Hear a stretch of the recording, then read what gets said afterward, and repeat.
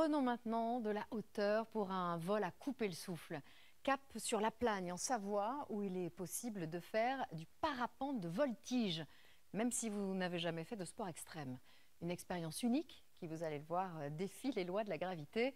Christophe Abel et Marine Der en ont encore le tournis. Juste le souffle du vent dans la voile.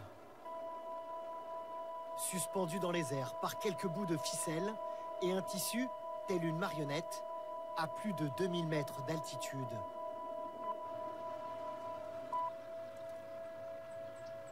Ce tableau, qui semblait figé s'emballe dans un tourbillon d'émotions inattendues.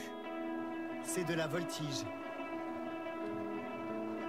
Un enchaînement de figures dans les airs, parfaitement maîtrisé par l'un des meilleurs pilotes du monde.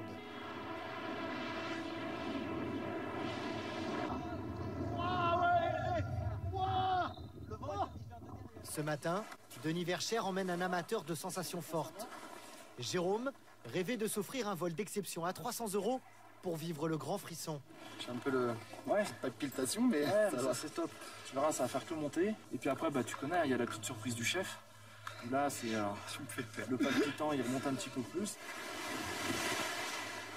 Une montée en douceur, avec le décollage ski au pied. Puis ce panorama à 180 degrés. Un moment de grâce, porté par les 42 mètres carrés de l'aile du parapente, extrêmement maniable, avec laquelle Denis va s'amuser et enchaîner les rotations.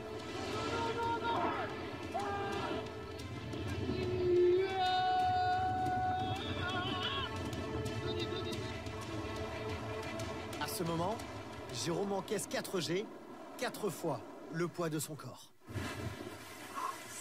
On pousse sur les jambes. Voilà.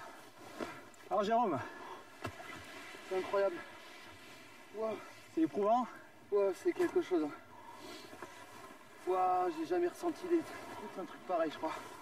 Ce sont vraiment des sensations de dingue. C'est vrai. Vous voyez? Pour mieux apprécier ces sensations, Denis me propose de voler avec lui. Cet homme oiseau a le mal de terre.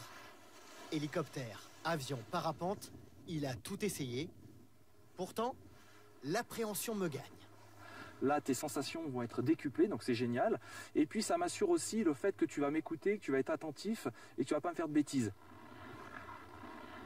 Après ces recommandations, mon pilote s'isole et mentalise notre vol. On répète avant ce qu'on va faire. Comme ça, je vais optimiser mon espace. Je ne vais pas me chercher dans les figures que je vais enchaîner. Je connais l'ordre, je connais la manière dont je vais les faire. Tout est maîtrisé. Notre moniteur professionnel vérifie une dernière fois la sécurité. Il faut toujours avoir des garde-fous. En aéronautique, on a toujours une checklist avec plein de garde-fous. Donc là, voilà, tu vas être doublement attaché. Nous sommes désormais liés, inséparables. Tu sais ce que je dis toujours aux gens, c'est qu'au-delà de l'aventure sportive et aéronautique, il y a l'aventure humaine avant tout. Ce partage, cette confiance que l'on a et ce que l'on va vivre après, voilà. De la confiance, oui, mais je n'étais pas forcément prêt à vivre de telles émotions. En avant-goût, nous effleurons la cime des sapins et caressons le toit des chalets. Le parapente, c'est le seul aéronef avec lequel tu peux avoir cette proximité avec le sol. Alors, on va avoir l'hélicoptère avec lequel tu peux te rapprocher, bien entendu, mais tu es quand même dans une bulle.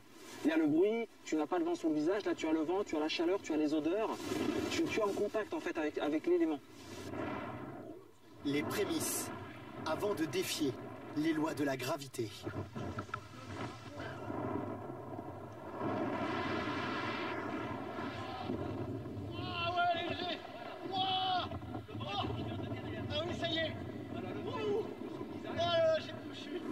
À ce moment, impossible de savoir si c'est le sol ou le ciel qui se dérobe sous mes pieds.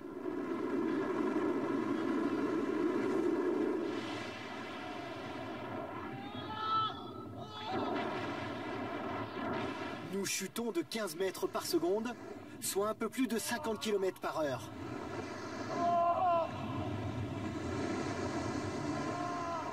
Une dernière vrille, un dernier virage pour se remettre à l'endroit, mais garder la tête encore dans les nuages.